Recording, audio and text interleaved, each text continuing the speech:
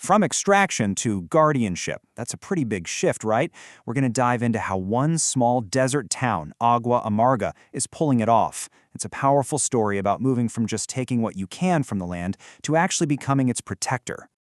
Okay, so picture this. We're in Baja California Sur. It's this incredibly stark, beautiful place where the desert just crashes right into the sea. And in a place like this, water isn't just, well, water. It's everything. It's basically gold. And what's so amazing is that in this super harsh environment, some really cool innovation is happening. And it's not coming from some big corporation. Nope. It's bubbling up from the community itself, person by person. So this really sets up the central puzzle, doesn't it?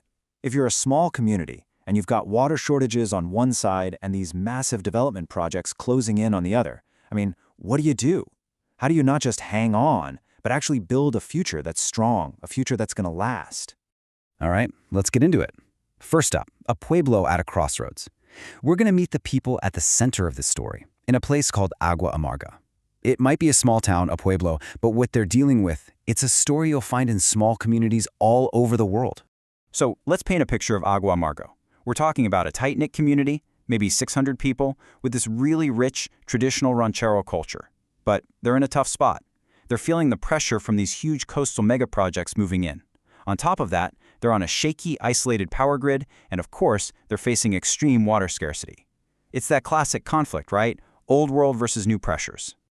Okay, so faced with all these modern problems, where do you even start? Well, funny enough, the answer isn't always some brand new high-tech solution. Sometimes the best ideas are the old ones. It's about looking back and tapping into the wisdom that's been there all along. Okay, check this out because this is so cool. On one side, you've got this traditional mission-era stuff. They built it using local volcanic rock. It's called Tizontle. The whole idea was use what's around you and build it to last. Then on the other side, you've got modern, decentralized systems like small-scale solar power. Totally different technologies, right? But here's the thing. They're based on the exact same principle. It's all about building resilient systems that the community owns and maintains. And here's the proof, right here. Look at this. This isn't some crumbling ruin you'd see in a museum. This is a working piece of infrastructure. This irrigation canal, made from that Tizontle stone, was built almost 300 years ago, and it's still in use today. That, right there, is the very definition of sustainable design. So, inspired by this incredible history, the community is now pulling together what they call a regenerative toolkit. And we're not talking about abstract ideas or theories. These are real, practical, get-your-hands-dirty tools that are literally rebuilding the ecosystem from the soil up. First tool in the box? Something called Terra Preta de Indio. It literally means black earth, and it's this ancient technique from the Amazon. The secret sauce is something called biochar. Think of it as a special kind of charcoal that basically acts like a super steroid for the soil. It creates this incredibly fertile foundation that can hold on to water and nutrients for, get this, millennia. Just to wrap your head around how powerful this stuff is, take a single gram of biochar. That's about the size of a sugar cube, right? Well, the internal surface area inside that tiny cube is about 9,000 square feet. It's like a luxury hotel for all the good microbes that make soil healthy, a microbe paradise. All right, next up is something called Hügelkultur. I love this one because it's so simple, it's genius. It's a German word, means mound culture. And all you do is you bury old logs and woody junk under a mound of dirt. As that wood breaks down, it turns into a massive biological sponge. It just soaks up rainwater and then slowly releases it back to the plants. In a dry place like this, that's a total game changer for irrigation. They're also going after waste with a model called Zero Basura, zero waste. It's a three-step process. First, the refill revolution. They're installing water stations to get rid of single-use plastic bottles. Smart. Second, they're training businesses to separate their organic waste. And third, and this is the best part, they create this organic loop. All that food waste and cardboard goes to a community compost farm. So what was once a problem becomes a solution. You're closing the loop. And what about water? The most critical piece of the puzzle. They have a strategy they call Sierra a Mar, or ridge to reef. When those big, heavy rains do come, they've built these simple rock dams, they're called gabions, in the dry riverbeds, the arroyos. And what these do is just slow the water down. That's it. But that simple act stops precious topsoil from washing away, and most importantly, it gives that water a chance to soak deep into the ground and recharge the aquifer. It's like banking water for later.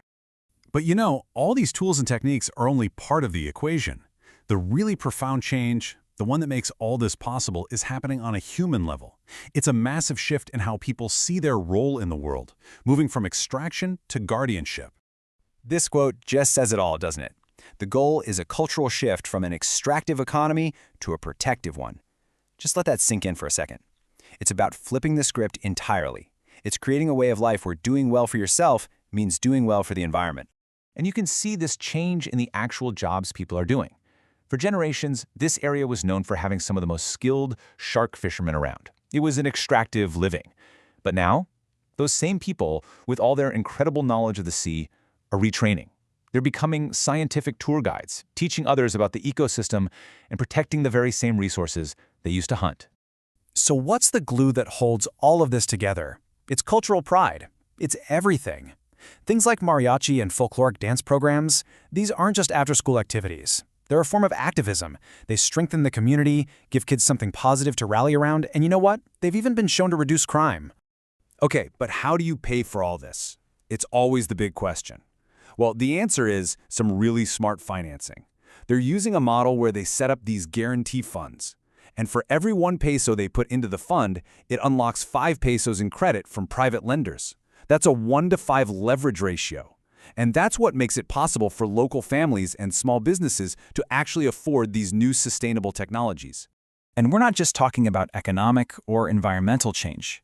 This is a social revolution too. Check this out. A whopping 42% of the leadership roles in these projects are held by women. The national average for rural areas is only 24%. So, yeah, this is about way more than just soil and water. So, let's step back for a second. When you add it all up, you take the ancient wisdom, you add the newer generative tools, you mix in the cultural pride, and you power it with smart financing. What you get isn't just a bunch of random projects. You get a complete system, a blueprint for resilience that other communities can actually follow. And none of this is happening by chance. It's a very deliberate plan. You've got workshops for local families on things like composting. Restaurant owners get training on zero-waste practices. The youth are out there learning how to build those rock dams and becoming stewards of the ocean. And community leaders are getting the skills they need to manage it all. Everybody has a role to play. It's truly a whole community approach.